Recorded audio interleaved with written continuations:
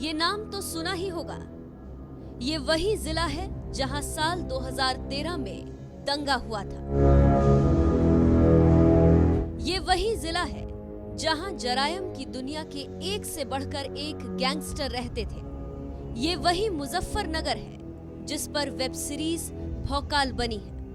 और ये वही मुजफ्फरनगर है जिसकी कमान इस वक्त आईपीएस अभिषेक यादव के हाथों में है। वही अभिषेक यादव जिनके नाम से अपराधी थर थर कांपते हैं, जिनके तेवर ने पूरे मुजफ्फरनगर को हिलाकर रख दिया।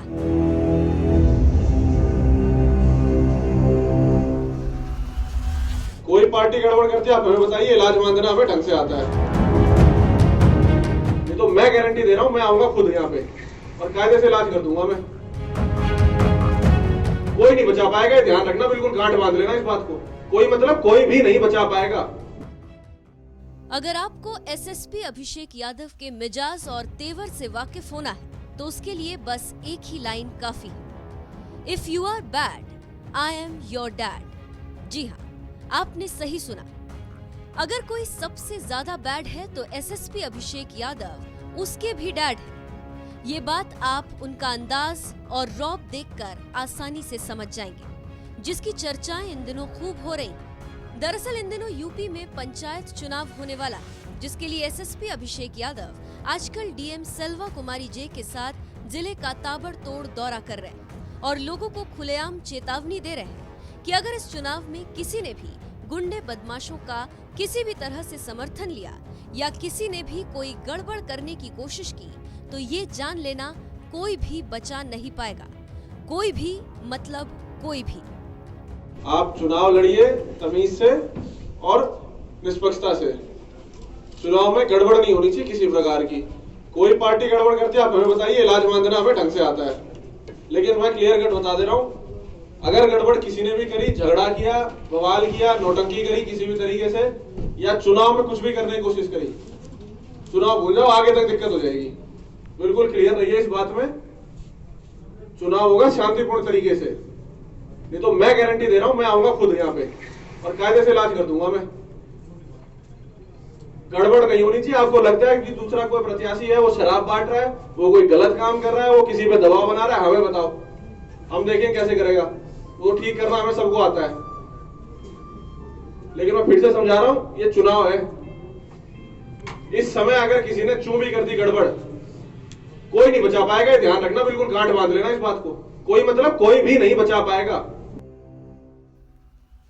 एसएसपी अभिषेक यादव का काम करने का यही तरीका और यही अंदाज है। वो खुलेआम बोलते हैं कि चुनाव लड़ना है तो तमीज से लड़ो। अगर कोई गड़बड़ करता है तो इलाज बांधना मुझे अच्छी तरह से आता है। भूल ही जाओगे कि प्रधानी के लिए भी कभी लड़े थे। वो बाकी समस्या और वो समस्या ऐसी नहीं होगी जो आपकी 19 तारीख को खत्म हो जाएगी। वो शुरू होगी और फिर अगले कई सालों तक झेलोगे और फिर सोचोगे कि साला इससे अच्छा तो चुनाव ही नहीं लड़ते। सही तरीके से लड़िए। कोई दूसरा आदमी कुछ करता है हमें सूचना दीजिए, बाहर सारे पेपर लिखे। कोई आपसे, और ये सभी काम वालों के लिए, कोई आपसे ये नहीं पूछ रहा कि आपका नाम क्या है, कहाँ रहते हो। हमें सिर्फ गांव का नाम और गांव में जो गड़बड़ हो रही है उसकी सूचना चाहिए। कोई नहीं पूछ रहा। ये दिमाग में मत रखिए कि भाई हम लोग आपसे पूछेंगे कि आपका नाम क्या है या आप कौन है।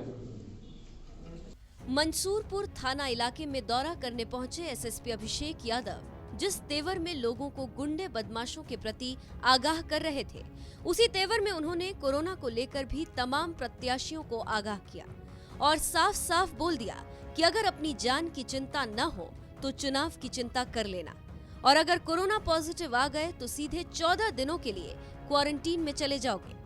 जब तक बाहर आओगे चुनाव भी खत्म हो जाएगा।